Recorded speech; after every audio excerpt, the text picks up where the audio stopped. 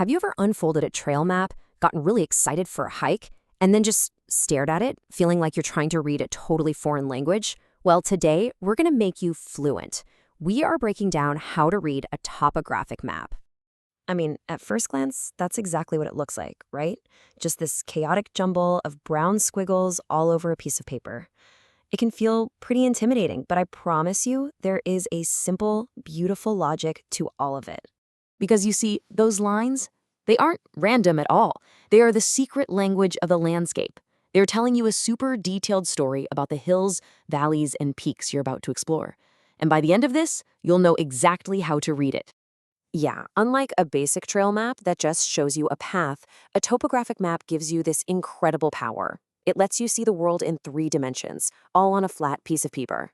It tells a rich, detailed story of what's really ahead. Okay, let's dive right in. To understand the story, you've got to learn the alphabet first, right? And in the language of topo maps, that alphabet is made up of something called contour lines. So what in the world is a contour line? It's actually really simple. It's just a line that connects all the points on the ground that are at the exact same elevation. Here's a cool way to think about it. If you could walk along one of these lines in real life, you wouldn't be going uphill or downhill. You'd just be staying perfectly level. And this slide? This reveals maybe the most important secret of them all. It's all about the spacing. When you see lines that are spread far apart, the elevation is changing really slowly. That's a nice gentle slope. But when they're all packed together, almost touching, you better get ready, because that means you're looking at some seriously steep terrain. And here is the golden rule that makes it all make sense. Contour lines can get incredibly close together, but they will never, ever cross or intersect. I mean, think about it. A single point on the ground can't be at 2 different elevations at the same time, right? It's just not possible. Now, to keep you from going crazy counting every single tiny line, mapmakers gave us the super handy shortcut, the index contour line. Every 5th line is printed a little bit thicker and it's labeled with its exact elevation. Think of them as helpful mile markers for your altitude. So if the index lines are the big, bold mile markers, what about all the little lines in between?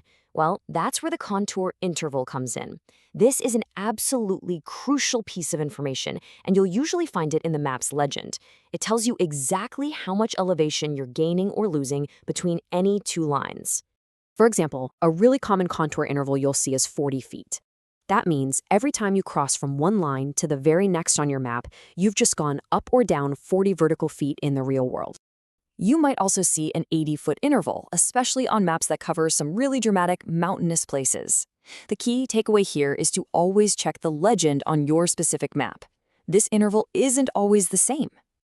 All right, so we've learned the alphabet. Now it's time to see how those letters form actual words and sentences. This is the fun part, where we start visualizing real-world mountains and valleys just by looking at the patterns the lines make. So when you're looking at your map and you see a series of circles or ovals nested inside each other, that's the map basically screaming, "Hey, look over here." This pattern always represents a distinct landform, like a hill or a peak. But what kind of landform is it? Are those circles showing you that glorious summit you're about to climb? Or are they maybe showing you a sunken depression in the landscape? The lines themselves hold the clue. And this shows the difference perfectly. A simple set of circles getting smaller and smaller means you're going up to a peak or a hill. But if you see those same circles with these little tick marks pointing inward, that means you're looking at a depression, like a sinkhole or a volcanic crater. Those little marks are basically tiny arrows pointing down. And once you can spot peaks, all the other features just kind of snap into focus. See lines that are so close they almost merge into one? That's a cliff.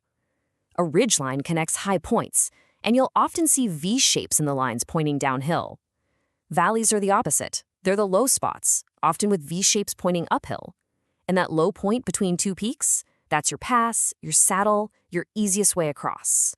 So we have the alphabet, we have the words, now we need the grammar that holds it all together. And that is map scale.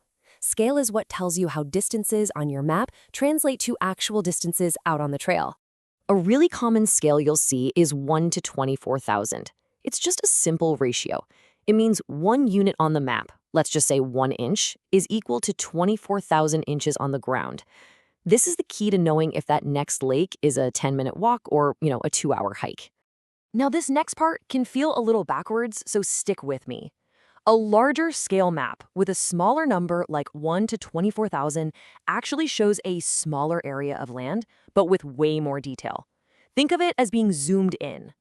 A smaller scale map with a bigger number like 1 to 65,000 covers a much larger area, but everything is less detailed. That's like being zoomed out. And while we're on the subject of map grammar, please, whatever you do, do not ignore the legend. It is your map's dictionary. It tells you what all the colors mean, like green for forest, and what all the little symbols represent, like springs, campsites, or different kinds of roads. It is packed with absolutely vital information. Look, at the end of the day, this isn't just theory. This is a practical skill that will totally change how you plan and experience your adventures. So now, it's time to put it all into practice. And you can find these maps all over the place. The U.S. Geological Survey has fantastic online resources. Specialty companies make amazing waterproof maps, and of course, you can almost always find them for sale at national and state park visitor centers. Learning this skill isn't just about being prepared, it's about being confident. There's a saying that goes, regular map readers rarely get lost. And it's true. This skill is honestly the best insurance policy you can have for a safe and amazing trip outside. So that map, it's no longer just a piece of paper with a bunch of confusing squiggles. It's a story. It's a guide. It's an incredible tool for adventure. So the only question left is, are you ready to go out and discover the story your landscape has been waiting to tell you?